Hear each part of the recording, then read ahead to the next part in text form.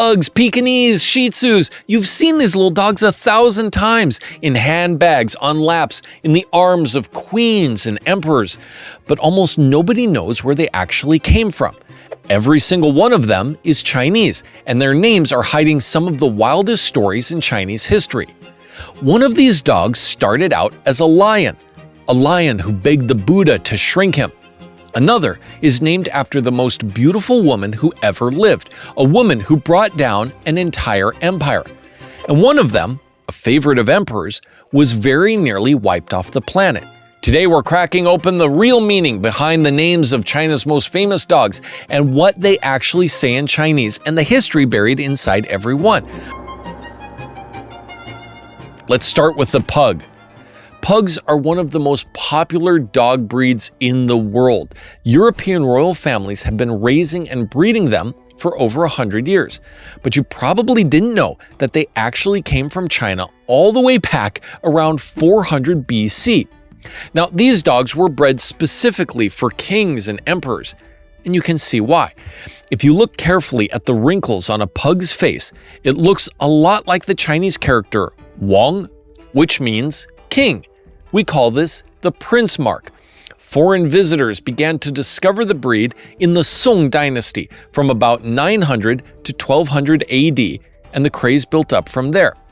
The Chinese name for this dog is Ba Ge Quan. Quan means dog. So you might be asking, don't we usually just say go for dog in Chinese? Well, Quan is the formal word for dog, and go is more like the casual one, kind of like how we use canine to talk about dogs in a more formal way. But what about Ba Ge? Ba Ge, that doesn't sound Chinese, and that's because it isn't. After the breed became popular in England in the 16th century, the English came up with the name pug.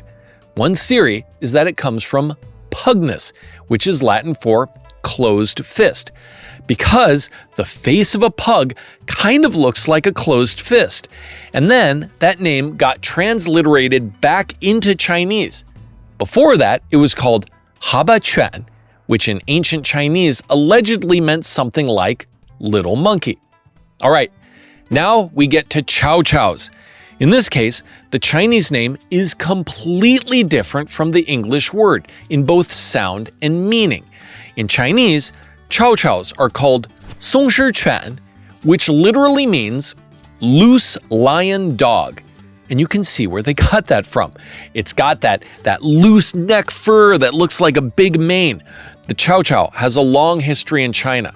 Research has shown it comes from indigenous Chinese dog breeds from over 8,000 years ago. Chow Chows hit their peak of popularity in the Tang Dynasty, when the emperor had 5,000 of them. They were used as multi-purpose dogs, hunting, guarding homes, even pulling sleds. They were also used as food. The practice of eating Chow Chows was so common in China that when the breed was introduced to dog shows in England in the 1800s, it was called the edible dog of China. So with that in mind, let's get back to the name, Chow Chow. What does it mean? Well, the fact is, we aren't actually sure. Now, we do know it comes from Pidgin English, which is basically the half Chinese, half English language that formed when Westerners started trading with China hundreds of years ago. A classic example is chop chop, which means hurry up.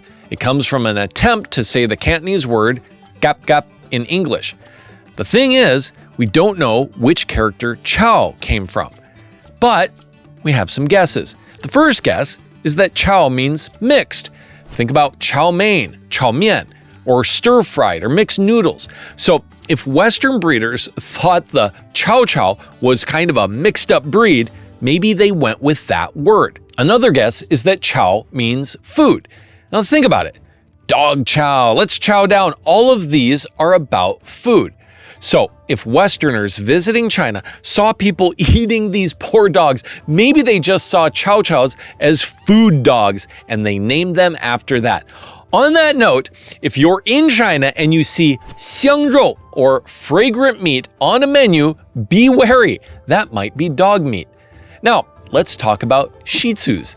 In Chinese, the oldest name for the Shih Tzu was Shi Quan, which means lion dog. Now, I know lion isn't the first thing that comes to mind when you look at one of these dogs, but apparently they were bred to look like the stone lions you see outside of Chinese restaurants and temples. So I guess there's kind of a resemblance. In ancient China, the emperor put his eunuchs directly in charge of raising his Shih Tzus. So if one of them turned out well and the emperor really liked it, the eunuch would be praised and get a promotion. So breeding these dogs was a really big deal back then. But the Shih Tzu has a sad history in China. Like the other dogs we mentioned, they were bred for rulers. The Empress Dowager Xishi, one of the most powerful rulers of the 19th century, ran a special program for breeding Shih Tzus. But when the communists came to power in 1949, they saw the Shih Tzu as a symbol of wealth and royal power, so they killed nearly all of them. If you have a Shih Tzu today, it's actually descended from just 13 dogs that survived in England and Scandinavia after the massacre in China. Nowadays, there's a newer name for the Shih Tzu in China, Xi Shi, which sounds a bit like Shih Tzu, but it's also the name of one of China's 4 great beauties. Xi Shi, a real woman so beautiful that her own kingdom used her to bring down a rival empire. More on her in a minute. The point is, Chinese people consider the Shih Tzu a very beautiful breed. All right, another one, the Shar Peis. This one's easy. Shar Peis comes from the Chinese Shar Peis, which literally means sandy skin. Take a look at this lovely beast. Do you see a sandy color? I do. And it's also sandy in the sense of rough. The Shar Peis was originally known as the Chinese fighting dog. So unlike the more pampered dogs we've talked about, the Shar Peis was used for guarding houses and for dog fights. They were also serious hunting dogs. It's even said they were used to take down lions back in the day. So there's another prize pooch, and his name is the Pekingese. This name is simple. It comes from Peking, the old way of saying Beijing. The Chinese name too checks out, Beijing Gou. The Pekingese was also an aristocratic dog. During the Qing dynasty, it was so exclusive that only members of the imperial palace were allowed to own one. But this dashing dog has legendary origins. The story goes that a lion fell in love with a butterfly. The problem was their size. It was a tough obstacle to overcome. So they went to the Buddha and begged him to find a solution. Now, the Buddha probably had a lot more important things to deal with. Wars, plagues, people's eternal salvation, that kind of thing. But he was a nice guy. So he said, okay, I'll figure something out for you. What the lion and butterfly were hoping for was that their offspring would combine the strengths of the two. But it ended up kind of the opposite. The Pekingese has the heart of a lion, but the size of a butterfly. Not exactly a fearsome combination, unless you're facing an invasion of leprechauns. Anyway, the lesson is, when you go ask the Buddha for something, you can't just demand everything. And that's the lowdown on China's most famous dogs, from the little king wrinkles on the pug to the Shar Peis' rough, sandy, fighting skin. But I have to come back to the Shih Tzu for a second, the Xi Shi, because I breezed right past who Xi Shi actually was. And she might be the most incredible thing in this whole video. Picture a poor girl kneeling by a river washing silk. The story goes she was so beautiful that the fish would forget how to swim and sink to the bottom just to get a look at her.